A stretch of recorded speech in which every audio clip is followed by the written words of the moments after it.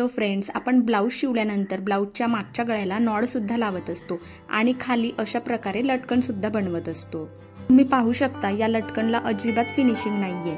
याला जर फिनिशिंग असली तरच ते सुंदर दिसतात। आता तुम्ही हे लटकन बघा, याची फिनिशिंग किती सुंदर आहे आणि दिसायला पण ते खूप छान दिसतंय।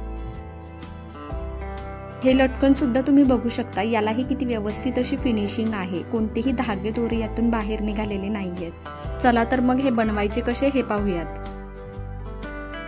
4 इंचाचा मी चौरस घेतलेला आहे।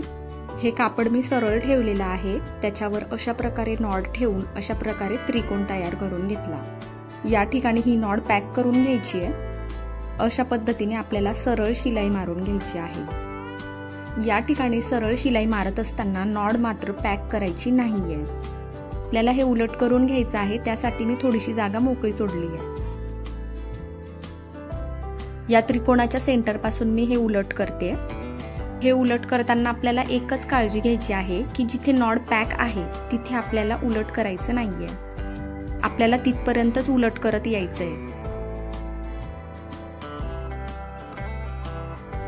आता मी तिथपर्यंत आलेली आहे। आता खालचा भाग व्यवस्थित करून घेते। आता हा जो भाग आहे इथे आपण तिरकस शिलाई मारून घेऊ।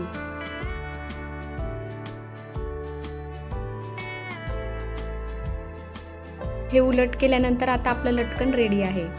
कमीत कमी वेळामध्ये सुंदर असं लटकन तयार झालेलं आहे। लटकन बनवण्यासाठी आता ही दुसरी एक पद्धत आहे। कापडाचा चौरस असा तुकडा घेऊन अशा प्रकारे मी तिरकस फोल्ड करून घेतला।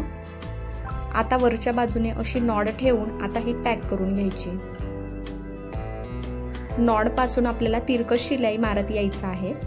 जवळ मी पॅक करून घेते म्हणजे आपली नॉड निघणार नाही। आता ही खालची बाजूची आहे ती अशा प्रकारे फोल्ड करून घ्यायची आहे। खालच्या बाजूने पण डबल शिलाई मारून पॅक करून घ्यायचं आहे। तुम्ही या दोन्ही पद्धतीने लटकन तयार करून बघा आणि कोणती पद्धत तुम्हाला खूप सोपी वाटली कमेंट करून सांगायला विसरू नका। व्हिडिओ आवडला असेल तर व्हिडिओला लाईक करा, शेअर करा।